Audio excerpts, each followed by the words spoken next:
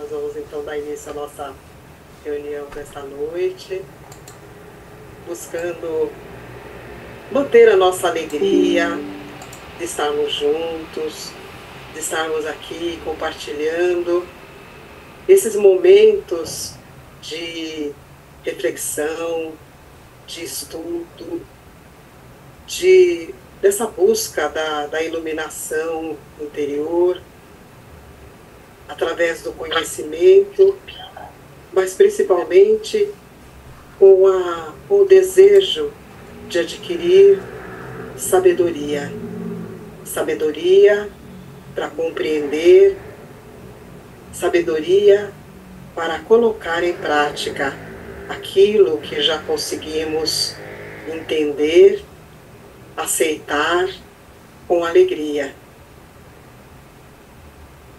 Pedimos aos benfeitores espirituais que estão conosco, que estejam junto à Águida e que ela seja muito feliz nas suas explanações, como sempre é, e que nós estejamos com as nossas antenas ligadas para captar aquilo que for necessário para o nosso crescimento, para o nosso amadurecimento. Lembramos de Jesus, o nosso mestre, que sempre estava pronto para nos ensinar alguma coisa e que nós estejamos sempre prontos a aprender. Pai nosso, que estás nos céus, santificado seja o vosso nome. Venha a nós o vosso reino e seja feita a vossa vontade, assim na terra como nos céus. O pão nosso de cada dia nos dai hoje, e perdoai as nossas dívidas, assim como perdoamos os nossos devedores. E não nos deixeis cair em tentações, mas livrai-nos de todo mal. Que assim seja. A Natureza e a Ciência. Livro Depois da Morte. Autor Leon Denis. Parte terceira. A Natureza e a Ciência. A nossa época, fatigada dos desvaneios da imaginação, das teorias e dos sistemas pré-concebidos, propendeu para o cepticismo. Diante de qualquer afirmação, reclama prova. Não lhe basta o mais lógico raciocínio. Precisa de fatos sensíveis, diretamente observados, para dissipar as suas dúvidas. Tais dúvidas se explicam. São a consequência fatal do abuso das lendas, das ficções, das doutrinas errôneas com que durante séculos se embalou a humanidade. De crédulo que era o homem, instruindo-se, tornou-se cético. E cada teoria nova é acolhida com desconfiança, senão com hostilidade. O progresso da ciência, em suas escalas inumeráveis, é comparável a uma ascensão em país de altas montanhas. À medida que o viajante galga as árduas encostas, o horizonte se lhe alarga, os pormenores do plano inferior se confundem em vasto conjunto, enquanto novas perspectivas se desvendam ao longe. Quanto mais sobe, tanto mais a amplidão e majestade adquire o espetáculo. Assim a ciência, em seu progresso incessante, descobre a cada passo domínio ignorado. Todos sabem quão limitados são os nossos sentidos materiais, como é restrito o campo que estes abraçam. Além das cores dos raios percebidos por nossa vista, há muitas cores, outros raios, cuja existência é demonstrada pelas reações químicas. Do mesmo modo, o ouvido só percebe os sons sonoros entre 2 e 3. A ciência progride, engrandece-se, e o pensamento por ela alentado sobe a novos horizontes. mas quão leve se apresenta a bagagem dos nossos conhecimentos, quando a comparamos com o que ainda nos resta aprender. A educação, se bem compreendida, é chave do progresso moral. Boa noite, gente. Nós vamos dar sequência ao estudo de A Gênese. Nós estamos estudando o capítulo 4, que é Papel da Ciência na Gênese. Essa Gênese que Kardec se refere é a Gênese mesmo, o início, como se deu o começo da humanidade, o começo da Terra, do universo. É sobre isso. No mês passado não, em abril, porque o mês passado, no terceiro sábado, foi aniversário da casa, né? Em abril, nós falamos sobre, nos primórdios da Terra, no qual as religiões se confundiam com as leis. Essas leis, elas não podiam ser questionadas, de onde veio aquela submissão que nada se questiona a respeito de religião, a respeito de leis. Falamos também, deixa eu ver aqui, do início, né, as teorias que foram estabelecidas nos diversos locais sobre o início do universo, da Terra, da humanidade, né? E Kardec traz a diferença para o Espiritismo, onde ele orienta que tudo seja questionado, e até ele focaliza um ponto, né, que fala que se houver dúvida sobre algum ponto, esse não deve ser adotado. Só aderir, só adotar aquilo sobre o qual não se tenha dúvidas. Aí ele fala também que as teorias, elas vão se formando pela observação, sem experimentação. Então elas podem produzir erros grosseiros. E já as ciências apresentam evidências, né, na transição da crença para a opinião, para uma constatação experimental. No episódio, gostou? No episódio de hoje, o Kardec continua considerando, nós estamos a partir do item 5, e no qual ele fala se até o século XIX tudo sobre a Gênese já havia sido descoberto. E ele mesmo responde que muita coisa sim, mas ainda haviam coisas a serem descobertas, haviam coisas que precisariam ainda ser complementadas, atualizadas, ampliadas, mas sobre esses dados de formação da Terra, eras geológicas, surgimento do ser humano sobre a Terra, essas coisas já estavam convenientemente estabelecida, já não havia mais alguma dificuldade quanto a esses pontos. E, no entanto, ele complementa avaliando que no aspecto material havia muitas respostas, mas havia um aspecto que não estaria completo se não fosse considerado. Logicamente, a gente já acende a pulguinha, né, atrás da orelha, que vai nos dizer que é a falta de consideração do aspecto espiritual que ele vai começar a abordar nesse capítulo só a partir dos próximos itens. Não sei se vai dar tempo de nós começarmos hoje. Nós devemos lembrar, tanto pelo texto que foi trazido na introdução, que é de Leon Denis, quanto pela discussão de Kardec, que no surgimento da doutrina espírita, em pleno século XIX, nós já falamos algumas vezes, havia aquela questão de que o materialismo ou o positivismo, né, que era só acreditar naquilo que fosse visto, tocado, concluído pelos sentidos, né, isto estava muito forte, devido às crenças, como o Leon Denis fala no texto.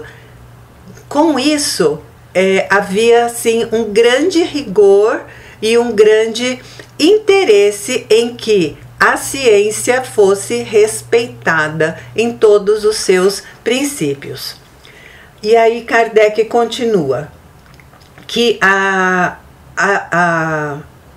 Gênese de Moisés apesar dos erros que apresenta, ela é a que mais se parece com o que realmente aconteceu, principalmente se nós considerarmos as alegorias existentes, né? Então, e aí que ele faz uma discussão, ele fala, que mais se aproxima dos dados científicos modernos, mesmo com os erros que contém.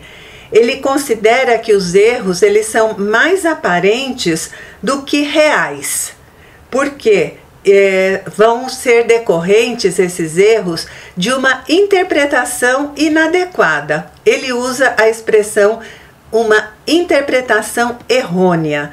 Por quê? Porque ele fala, certos termos podem ter o seu significado original se perdido no decorrer das eras. Kardec está falando aqui, como ele está falando da Gênese de Moisés, né, que é o primeiro livro do Velho Testamento, disso que ele está falando. Então, o significado original pode ter se perdido no tempo, principalmente também ao longo das traduções, que nós sabemos que o Velho Testamento ele foi traduzido para muitos idiomas, né?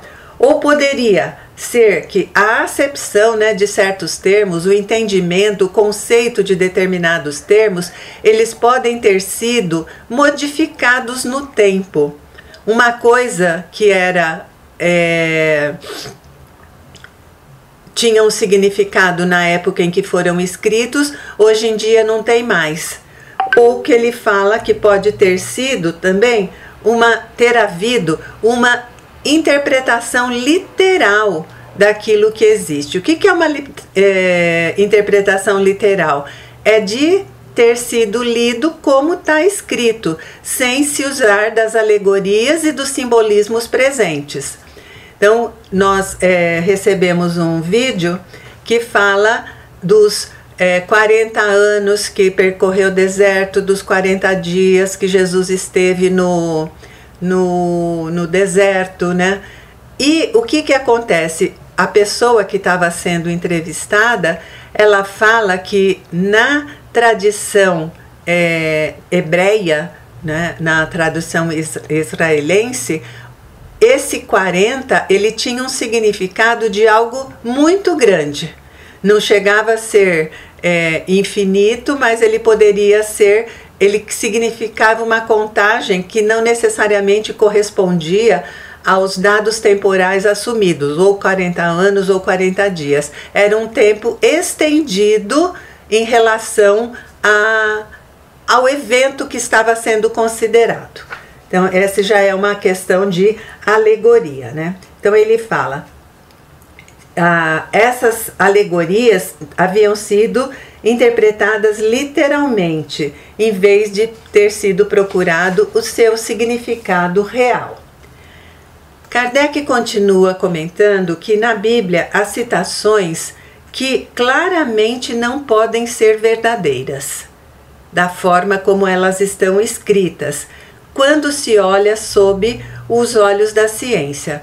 Lembra que no mês passado nós comentamos, né, a presença da astronomia que pôde desvendar dados do céu, dados do cosmos, da geologia que fala das camadas da Terra, dos estudos da física, da química, de tal forma que quando esses trabalhos experimentais feitos pela ciência, eles são desenvolvidos e chegam a conclusões, eles não são frutos de opinião, eles são frutos de trabalho metódico científico, que chegam a conclusões que correspondem às leis da natureza. E essa é a finalidade, né, da ciência. O conhecimento, a busca do conhecimento de como são e como funcionam as leis da natureza. Kardec traz alguns exemplos que, por exemplo, não poderia ser da Bíblia ler ao pé da letra, ou de coisas que foram contrariadas ou demonstradas como sendo inverídicas. Primeira coisa, a idade da Terra. A idade da Terra, ela, de acordo com o Velho Testamento, agora eu não me lembro se é de 6 ou 10 mil anos. É um tempo bastante curto. E já foi determinado por medidas, cálculos e etc., que a Terra tem 4,5 bilhões de anos. Nós temos isso já no próprio livro A Caminho da Luz, de Emmanuel, quando ele fala que Jesus foi retirado, né, daquela reunião dos seus pares, dessa esfera de falange de espíritos crísticos, e há 4,5 bilhões de anos que a Terra se formou. E também fala que o universo foi criado ao mesmo tempo. E, no entanto, das medições existentes, a Terra tem por volta de 13,8 bilhões de anos. Esse é um dos dados que não corresponde às determinações científicas, ok? A ordem da criação. Quando ele fala isso, ele fala que foi criado, eu não lembro a ordem, mas foi criado a terra, as plantas, os animais e etc. E depois foram criados a lua, o sol, o sistema solar, eu não sei se é citado, mas o que se sabe é que antes da Terra ter sido criada, já existia o sistema solar. E a Lua, ela foi criada depois da Terra. E mesmo a chegada à ordem da evolução biológica, né, a origem da vida, que é um outro dado diferente, ele fala que tudo foi criado pronto. A planta nasceu planta, o animal nasceu animal e etc. E pelos estudos e também pelos livros que André Luiz nos trouxe de Evolução em Dois Mundos, nós vemos o quê? A presença do protoplasma no solo planetário, recobrindo a Terra, e desses começaram a surgir seres unicelulares que, por meio, através mesmo de milhões e milhões de anos, esses seres unicelulares, eles foram se desenvolvendo e formando as formas, muitas das quais hoje já se encontram extintas na Terra e muitas que ainda existem. Isto é uma coisa também diferente. Um outro dado é a criação do homem e da mulher.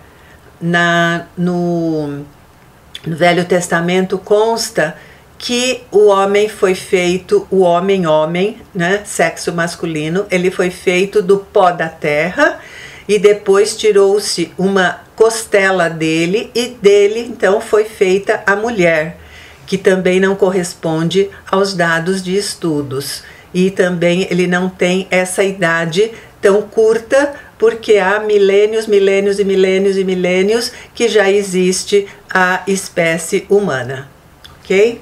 Que mais? Outro dado que ele traz é o dilúvio universal.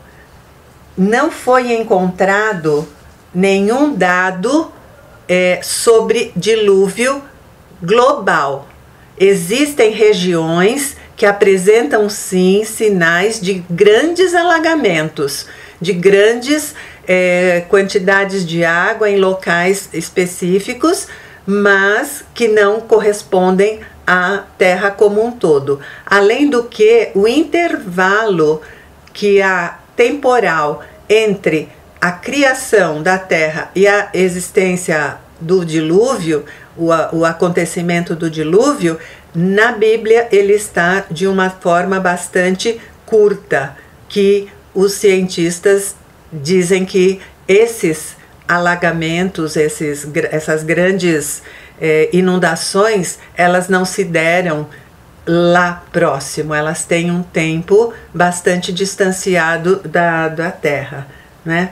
E também fala da cronologia das civilizações, quem surgiu, quem antes, quem surgiu primeiro, quem surgiu depois, que os dados da Bíblia não batem com os dados da ciência. Por que Kardec traz tudo isso, né? Kardec traz tudo isso para falar que, independente das discrepâncias que possam existir, Olha a frase bonita que ele fala. Há que se reconhecer que traz coisas grandes e belas. A Bíblia traz coisas grandes e belas. A alegoria tem um lugar considerável.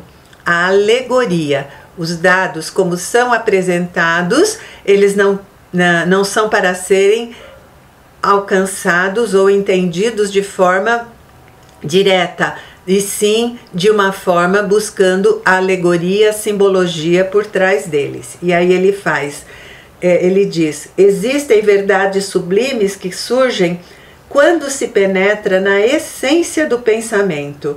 E dessa forma, veja, ele está saindo do literal para ir para a essência, num processo de interpretação. E quando ele chega nesse ponto, o que vai acontecer? Ele fala, o absurdo desaparece. E aí ele fala, por que esse véu não foi levantado antes? Qual é o véu? Esse véu da interpretação. Por quê? Aí o Kardec fala, faltavam as luzes que só a ciência e uma sã filosofia poderiam trazer para essa interpretação e essa visão. Só que, né, ele fala, como havia uma determinação da imutabilidade absoluta da fé, não poderia surgir nada que contrariasse aqueles dados como eles estavam colocados. Essa é uma coisa importante, não poderia. Então, se algo contrariasse o que era dado, então ele deveria ser rechaçado, ele deveria ser recusado.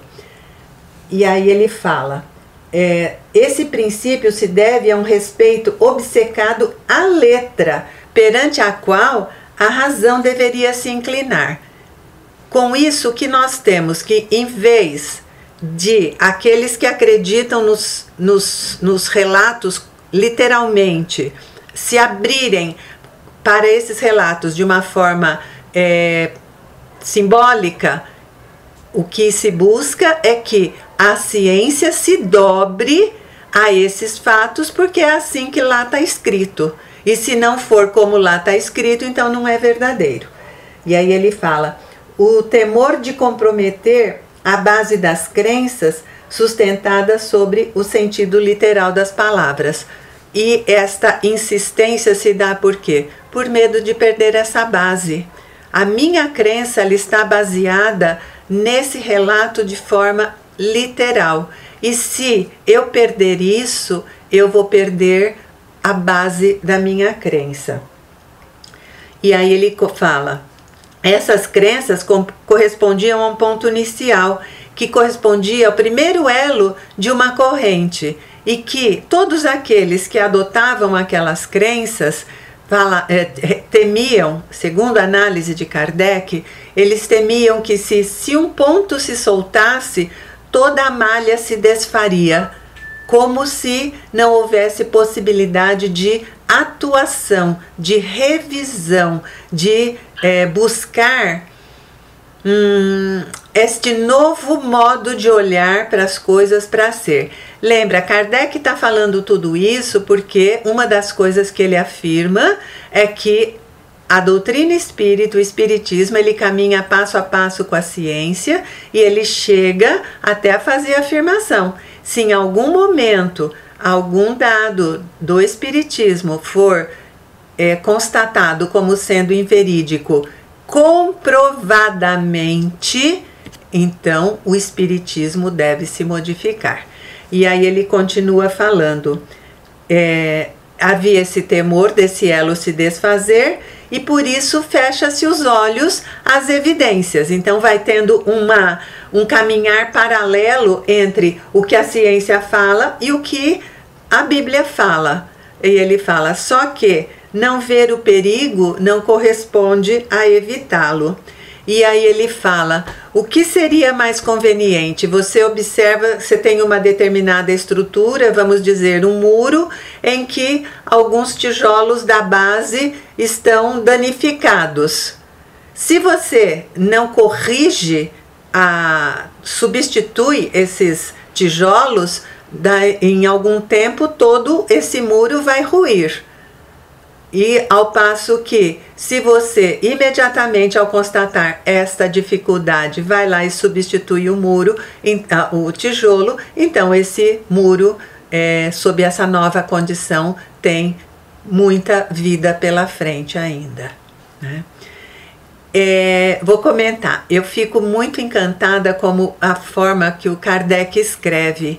Ele vai colocando as coisas num crescente, ele vai partindo de um ponto que se conecta ao outro, que se conecta ao outro, só que ele tem um objetivo que está ali no futuro, que ele não abre mão. Então tudo que ele vai afirmando, vai discutindo, tem a ver com esse ponto onde ele quer chegar.